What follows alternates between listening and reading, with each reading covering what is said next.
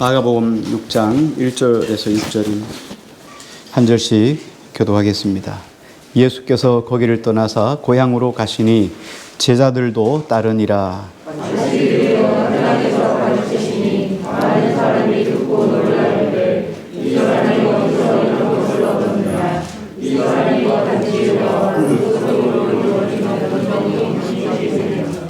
이 사람이 마리아의 아들 목수가 아니냐, 야고보와 요셉과 유다와 시몬의 형제가 아니냐, 그 누이들이 우리와 함께 여기 있지 아니하냐 하고 예수를 배척한지라.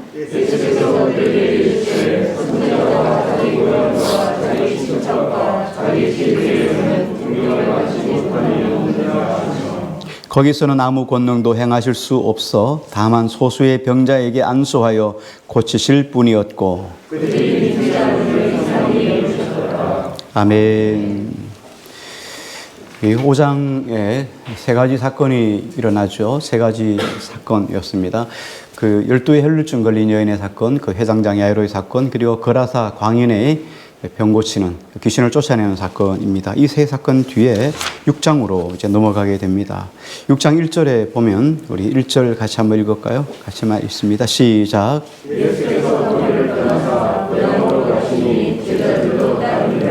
네, 여기 1절에 거기 이렇게 말씀하셨는데 문맥상으로 보면 바로 1절 보면 그 앞에 있었던 사건이 있었던 지방 갈릴리 지역에 사역하셨던 그 장소를 의미하죠.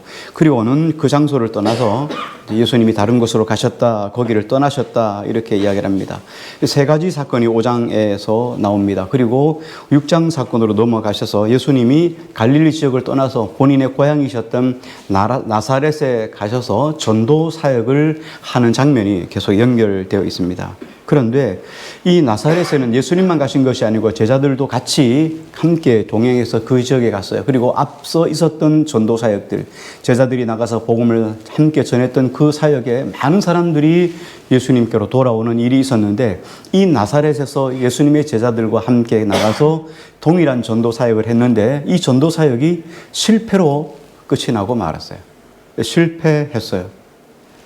그래서 오늘 본문서에 보면 마가가 이 실패의 기록을 쭉 이제 초점을 맞춰서 이렇게 하고 있어요. 기록을 하고 있습니다. 그래서 예수님의 사역이 왜 실패했을까? 오늘 그곳에 마가의 초점을 빌려서 우리 함께 같이 보면서 은혜를 받고자 합니다. 예수님은 고향에서도 동일하게 다른 지역에서 하셨던 함께하는 다른 지역에서 하셨던 사역과 동일한 사역을 이 나사렛에서 똑같이 했습니다. 예수님의 사역의 방식은 뭐 한 가지예요.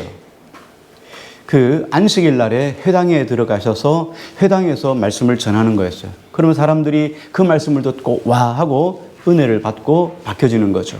이것이 예수님의 주된 전도 사역의 핵심이었어요.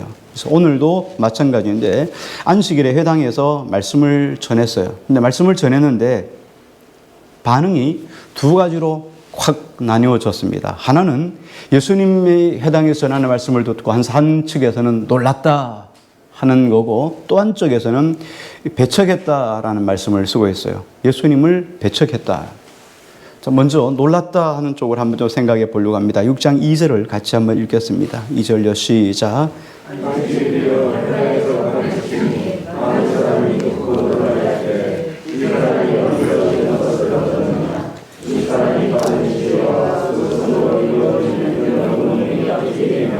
예, 여기 그 사람들이 놀랐던 이유가 뭐냐면 이 사람이 받은 지혜와 그 손으로 이루어지는 이런 권능이 어찌 됨이냐. 다시 말하면 예수님이 하나님 나라 복음을 전하는데 지금까지 한 번도 들어보지 못했던 생소한 복음이었어요.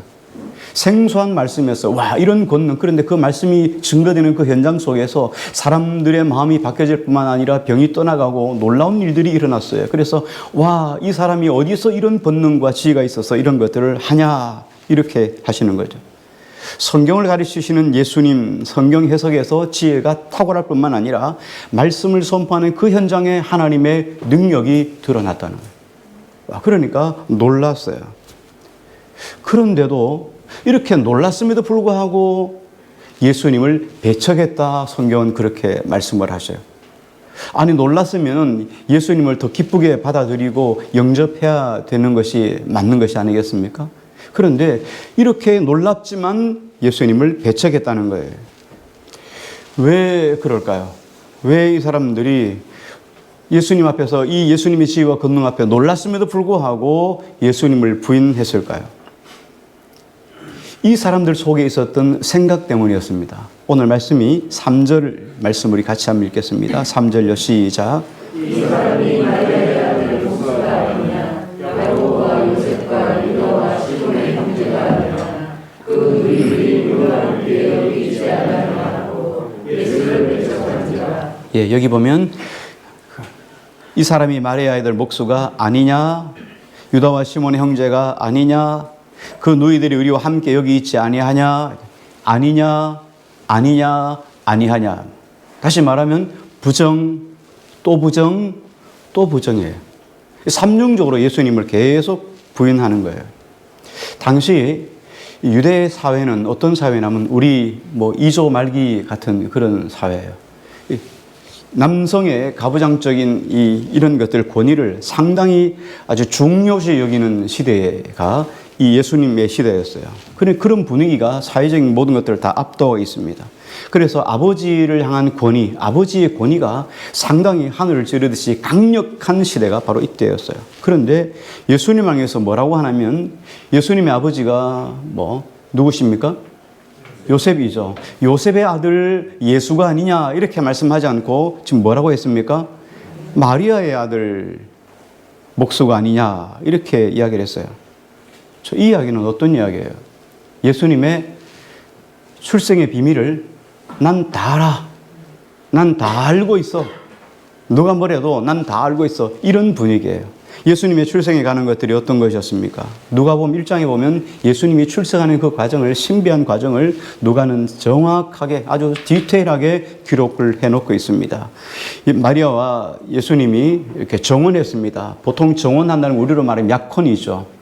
그래서 약혼을 하면 1년 동안 남자는 결혼하고 난 뒤에 아내를 맞이할 수 있는 집을 구하기 위해서, 집을 짓거나 구하기 위해서 1년의 정혼 기간을 둡니다. 그럼 1년 뒤에 신랑이 와서 신부를 데려가요. 그러니까 신부는 그 1년 동안 신부 수업을 하는 거죠. 그래서 어떻게 살아갈 것인가, 어떻게 가정을 꾸며갈 것인가, 여러 가지들을 준비하고 배우는 시간이 1년이고 남편은 집 구하는 시간이 1년이에요. 이게 여러분 좀 더 복음으로 더 확대되면 예수님은 우리와 정혼한 사이이죠. 우린 예수 그리스도의 뭐죠? 신부. 예수님은 우리의 신랑. 예수님이 지금 어디 가셨어요? 먼 곳에 돈 벌러 가신 게 아니고 집 구하러 가셨어요. 집. 하늘에 맨션 집을 지어놓고 우리를 맞이하러, 우리를 데리러 오신다는 거예요. 신부된 우리가 어떻게 해야 됩니까? 잘 준비하고 있어야 돼요. 이 땅에서 호랑방탕하게 놀다가 신랑 왔네 이러면 끝나는 거예요. 그렇죠. 그러니까 신부된 우리가 마음과 중심을 잘 정결하게 있어야 되는 거죠. 자, 그래 이렇게 정혼된 사이로 1년 동안 떨어져 있었습니다. 그런데 1년 동안 떨어지는 약혼 기간, 이 정혼 기간에 털컥 마리아가 임신을 해버린 거예요. 얼마나 놀라운 일이에요. 가슴이 쿵 떨어진 이야기 아닙니까? 그런데 이걸 누가 몰라요? 요셉 자신이 몰라요. 예수님의 아버지 되신 요셉이 어떻게 임신했는지를 몰라. 왜? 본인과의 속에서 난 자녀가 아니니까요. 그런데 마리아 자신은 뭐라고 말합니까? 성령의 능력으로 임신했다 이렇게 이야기를 했어요. 자, 이 말을 여러분 믿을 수 있겠습니까? 이 당시에 이 말을 털컥 고지고대로 믿을 수 있는 사람이 과연 몇 명이나 될까요? 아니 그 당시에는 지켜두고 오늘 이 시대의 말씀 생각해보세요. 둘이 약혼이 있는데 임신을 했어요. 성령으로 임신했다 이러면 여러분 믿겠어요? 그 시대나 이 시대나 마찬가지 아니겠어요? 성령으로 임신했다. 과연 누가 믿겠냐는 거예요. 그거를. 그러니까 마리아의 입장에서는 정말 난처한 일을 당하게 된 거고 그 시대 사람들이 그것들을 지금 다 알고 있어요. 그런데 중요한 것은 뭐냐면 요셉이 이 일에 대해서 이혼을 청구하지 않았다는 거예요. 파혼을 청구하지 않고 그 모든 것들을 다 받아들였어요. 다 받아들이고 이 사건이 마무리되었어요. 그런데 요셉이 마무리해서 아무 말도 안 하니까 끝난 것처럼 보여요. 그런데 지금 몇 년입니까? 30년이 지났어요. 그래 와서 다시 예수님이 나사렛으로 오시니까 사람들의 구설수에 옛날 그 소문이 그대로 또 이야기된 거, 회자된 거죠. 예수 그때 그때 뭐 어디서 나온지 모르지만 성령으로 뭐 임신했다던 그 사람, 그렇게 해서 낳은 그 사람, 이렇게 이야기를 하는 거예요. 그래서 고향 사람들이 입에 뭐라고 말씀하냐면 마리아의 아들, 요셉의 아들이라고 말하지 않고 마리아의 아들 목수가 아니냐. 마태복음에는 예수님의 그 아들, 예수님의 직업을 목수의 아들 이렇게 이야기합니다. 그래서 누가는 요셉의 아들 이렇게 이야기하고 어떤 사람은 또 목수의 아들 이야기합니다. 그래서 호적상으로는 아버지인 요셉이 목수였으니까 당시는 아버지의 직업대로 그대로 직업을 이어가는 일들이 흔했어요. 그래서 예수님도 목수의 아들, 목수로 사셨음을 여기에 기록하고 있는 거죠. 자, 그러면 이 두 가지를 종합해서 보면은 사람들이 놀랐다, 또 예수님을 배척했다, 이 두 가지를 동시에 이렇게 연결해서 하나의 결론을 도출하면 사람들이 예수님을 평범한 사람으로 인식하고 있다는 거예요. 하나님의 아들이 아니라 보편적인 사람으로 인식을 하고 있다는 거예요. 좀 풀어서 이야기를 하면 고향 사람들이 예수님을 향한 시선이 어떤 것이냐면, 그 청년 예수, 좀 전까지 우리와 함께 살았던 그 사람, 그 친구, 목수 요셉의 아들, 결혼하기 전에 성령으로 임신했다, 성령으로 잉태됐다, 이렇게 했던 그 사람. 그런데 희한하네. 그 사람이 어떻게 저렇게 유식하지? 어떻게 저렇게 저런 능력이 나타나지? 어디서 배운 거야? 어디 갔다 온 거야? 이렇게 질문하는 거하고 좀 똑같아요. 고향 사람들은 지금까지 들어보지 못했던 그 놀라운 신비한 것들, 그런 지혜들을 예수님이 설명하시니까 놀랐어요. 뿐만 아니라 병자를 고치시는 예수님의 능력을 목도했습니다. 자, 이렇게 놀라운 것들을 바라보면서 그럼에도 불구하고 예수님을 뭐라 했습니까? 자기들과 별반 다를 바 없는 그런 사람으로 지금 이야기하고 있다는 거예요. 놀라운 능력을 봤음에도 불구하고 그 사람, 예수, 이렇게 지금 이야기를 하고 있다는 거예요. 그 결과가 6장 3절에 보면 예수님을 배척했다, 이렇게 이야기를 하는 거예요. 배척했다라고 하는 오늘 성경 본문이 쓰여지는 원어인 헬라어에는 스칸달리조라는 말을 썼어요. 불공정하게 재판하다, 함정에 들어가다, 범죄하도록 유혹하다, 이런 뜻을 가졌는데 종합적으로 표현하면 부정적인 공격 태도를 가지다, 이 말이에요. 예수님에 대해서 부정적인 뿐만 아니라 예수님을 아주 무시하려고 작정한 마음가짐을 가졌다, 이런 뜻이에요. 자, 그러면 왜 이 사람들이 예수님을 이렇게 배척할까? 그 이유를 좀 찾아봐야 되죠. 그 상황을 마가는 이렇게 설명을 하고 있습니다. 4절을 한번 같이 보겠습니다. 4절요, 시작.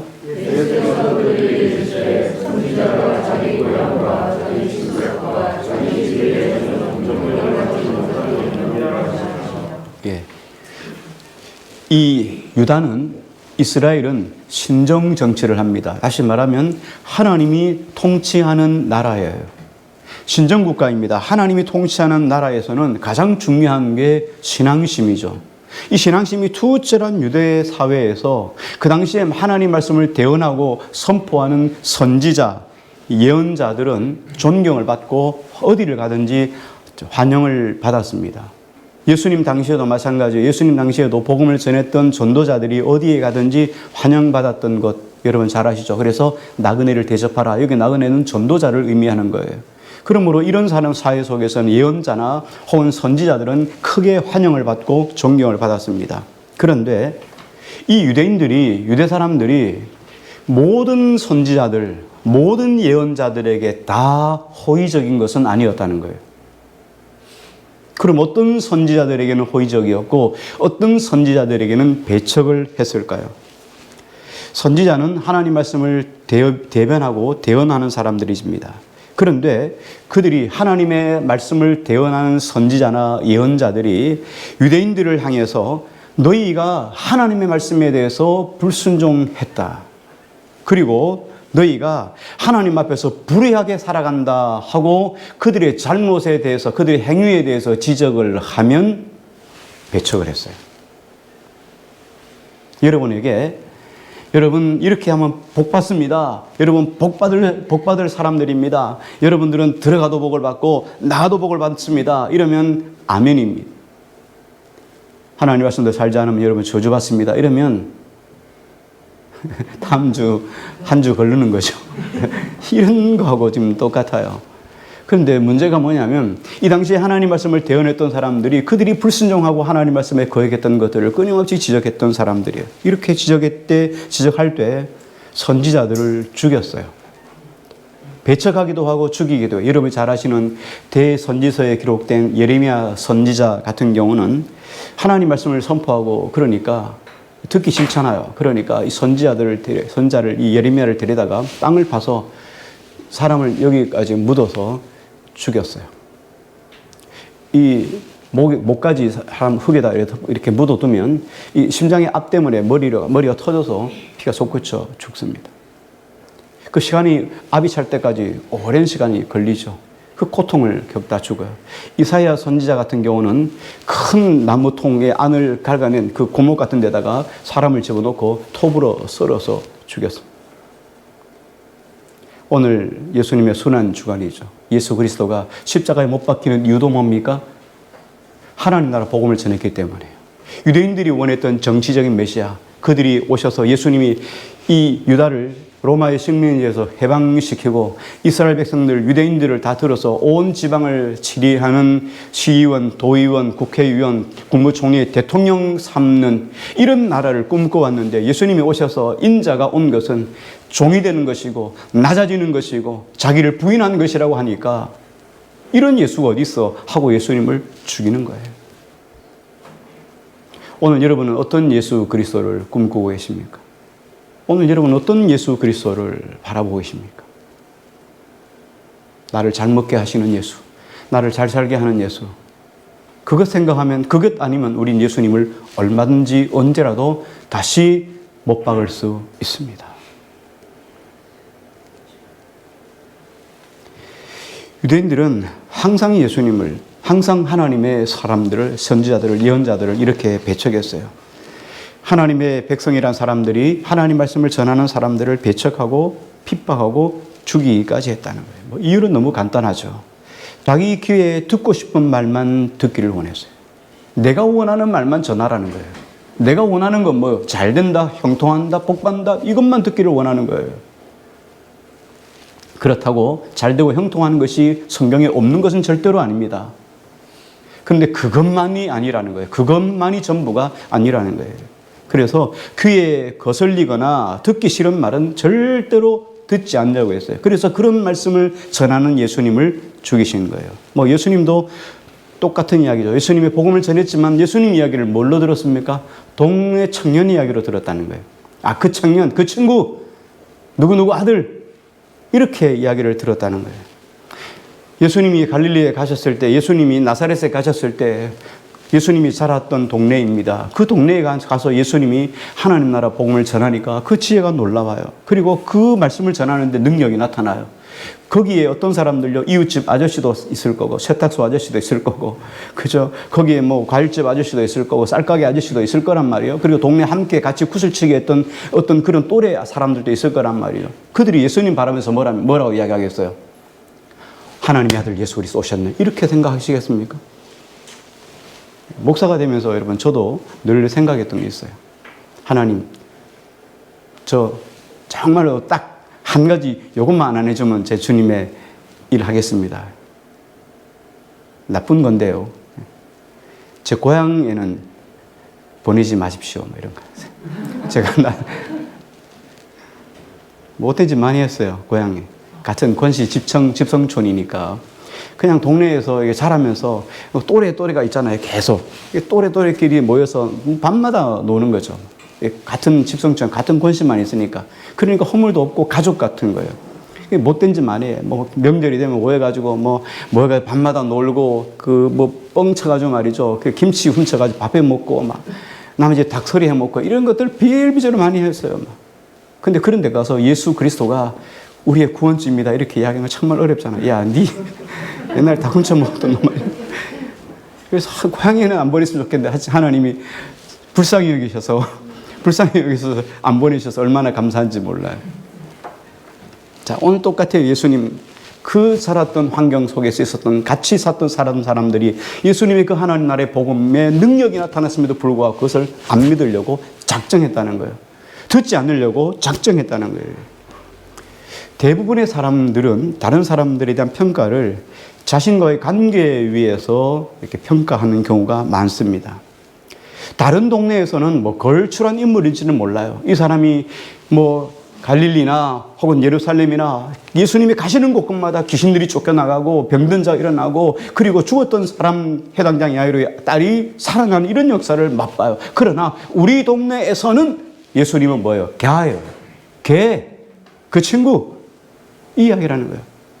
너는 어떻게 생각할지 몰라도 나와의 관계 속에서는 개야. 이게 여러분 복음의 오늘 예수님의 현장이에요. 그래서 예수님을 배척해버렸다는 거예요. 예수님의 외적인 조건들, 육체만 바라보고 예수님을 거절했기 때문에 구원에서 제외됐다는 거예요. 성경은 이것을 고린도 전서 1장 18절에서 24절은 이렇게 설명을 하고 있어요. 이 상황을 그대로 지금 사도 바울이 고린도 교회를 향해서 편지하면서 이렇게 말씀을 하는 거예요. 십자가의 도가, 다시 말하면 복음이 멸망하는 자들에게는, 예수 안 믿는 자들에게는 미련한 것이고 구원받은 우리에게는 하나님의 능력이라. 그러면서 설명을 해나가는 거예요. 기록된 바 내가 지혜 있는 자들의 지혜를 멸하고 총명한 자들의 총명을 폐하리라 하였으니 지혜 있는 자가 어디 있느냐? 선비가 어디 있느냐? 이 시대의 변론자가 어디 있느냐? 하나님께서 이 세상의 지혜를 미련하게 하신 것이 아니냐? 하나님의 지혜에 있어서는 이 세상이 자기 지혜로 하나님을 알지 못함으로 하나님께서 전도에 미련한 것으로 믿는 자들을 구원하시기를 기뻐하셨도다. 유대인은 표적을 구하고 헬라인은 지혜를 찾으나 우리는 십자가에 못 박힌 그리스도를 전하니 유대인에게는 거리끼는 것이요 이방인에게는 미련한 것이로되 오직 부르심을 받은 자들에게는 유대인이나 헬라인이라 그리스도는 하나님의 능력이요 하나님의 지혜니라. 세상 사람들에게 복음은 미련한 거예요. 참 바보 같은 거예요. 그렇지만 구원받은 우리에게는 뭐예요? 하나님의 능력이에요. 말씀대로 살아갈 때 그 말씀이 우리 삶 속에 능력으로 역사로 나타나는 거예요. 그러니까 세상 사람들과 우리의 관점이 다른 거죠. 오늘 예수님도 마찬가지예요. 아버지를 알 수 없는 비천한 직업을 가진 청년 예수. 전국을 돌아다니면서 자신이 하나님의 아들이라고 떠벌리고 다니는 그 미치광이. 그 미치광이 짓하다가 그 죄로 인하여 십자가에 못 박혀 죽은 사람. 그가 죽고 난 다음에 그 시체를 그 제자들이 빼돌리고 부활했다고 말하는 사람. 이런 사람. 이런 모습을 가진 예수님을 그 당시의 사람들은 예수님을 향해서 뭐라고 했겠습니까? 한마디로 미쳤다. 미쳤다 이렇게 정의를 했습니다. 그러나 예수님의 삶을 바라보면서 하나님의 오랜 계획과 섭리 속에서 우리에게 주신 예수 그리스도는 메시아라고 고백하는 사람들에게는 예수 그리스도는 구원의 상징이라는 거예요. 예수 그리스도가 없이는 우리는 하나님께로 나아갈 자가 없어요. 그래서 예수 그리스도는 우리의 구세주세요. 십자가 없이는 구원이 있을 수가 없기 때문에 그래서 예수 그리스도가 우리의 주 되심을 우리가 고백하는 것이죠. 자, 그 일로 인해서 배척한 것 때문에 예수님이 이 나사렛에서 어떻게 하셨는지를 마가는 이렇게 기록하고 있습니다. 5절 말씀 우리 같이 보겠습니다. 시작.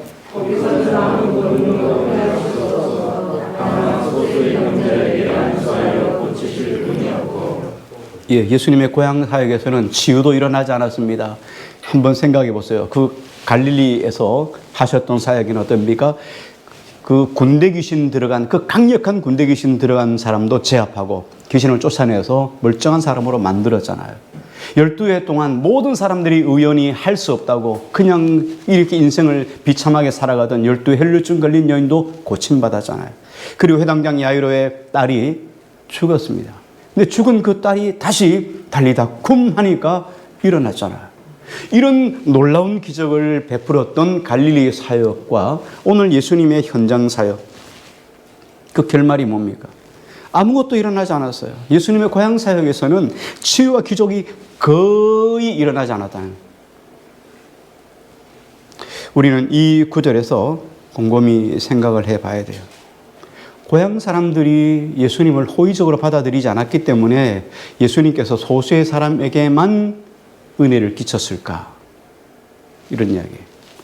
그렇다면 예수님을 거절하고 받아들이지 않는 사람들에게는 권능을 행하실 수 없는 것일까? 그렇죠? 우리 이 문제를 조금 짚고 결론을 내리겠습니다. 예수님은 하나님의 아들이십니다. 다시 말하면 예수 그리스도는 하나님의 본체예요. 하나님 자신이에요. 그러면 인간이 하나님을 거절하면 하나님은 인간에게 역사하실 수 없는 것인가? 그 문제예요. 신학적인 문제이죠. 신학적인 문제는 근간이지만 그것이 우리의 신앙을 만들어가기 때문에 이렇게 중요한 것이에요. 그래서 이 부분을 조금 다루고 마치려고 합니다. 고향 사람들이 예수님을 거절하자 예수님의 능력이 제한을 받았다라는 그런 의미가 아니라는 거예요. 거절하는 고향 사람들에게 예수님은 아주 제한적으로 능력을 행하셨다. 그런 뜻이에요. 다시 말하면 이 말씀이 우리에게 주시는 의미를 다시 한번 정리를 하면 하나님은 하나님이 원하시는 대로 언제나 권능을 행하실 수 있습니다. 우리는 그렇잖아요. 우리는 어떤 환경이 되면 어떻게 되면 어떤 일이 일어난다고 생각하지만 하나님은 우리의 환경이나 사람이나 어떤 것이나 믿는 사람이든 믿지 않는 사람이든 하나님은 어떻게든지 역사하실 수 있는 분이셔요. 사람이 하나님의 능력을 인정하든 인정하지 않든 사람이 원하든 원하지 않든 하나님은 자신의 뜻으로만 가지고도 하나님의 권능을 충분히 행하실 수 있는 분이셔요. 그래서 이것을 가지고 우리는 신학적으로 이렇게 이야기를 합니다. 하나님의 권능, 하나님의 은혜를 이런 걸로 이야기하면서 불가항력적이다 이렇게 해요. 인간은 대항할 수 없다는 거예요. 하나님이 여러분을 구원하려고 끄집어내면은 여러분 나 안 가, 죽어도 안 가 이렇게 할 수 있는 사람은 없어요. 죽으면 뭐 안 가도 되겠지만 예, 하나님이 당기면 하나님이 은혜를 주시면 거기에 견딜 수가 없어요. 안 가면 안 될 것 같아요. 하나님이 은혜예요, 은혜. 그래서 하나님의 은혜 앞에는 불가항력적인 은혜라는 거예요. 우리가 거절할 수 없는 것이 하나님의 은혜고 하나님의 섭리고 하나님의 계획이에요. 거기에 인간이 손댈 수 없어요. 거절할 수 없다는 거예요. 그럼에도 불구하고 하나님께서는 자신의 은혜와 능력을 베푸실 때 스스로 자신의 능력을 제한하실 때가 있어요. 그게 언제냐면 자신의 은혜를 거절하는 사람 앞에서는 하나님의 능력을 제한하실 때가 있다는 거예요. 원하지 않으면 하나님이 일시적으로 하나님께서 은혜를 제한하셔요. 왜 그렇습니까? 한 가지 여기 더 질문을 던지면 하나님은 하나님의 은혜를 거절하는 자에게 왜 은혜와 권능을 행하시지 않을까? 여기 답이 나와야 되죠. 하나님은 우리 생각과 다르시잖아요. 하나님의 생각과 우리 생각은 하늘과 땅같이 차이가 나요.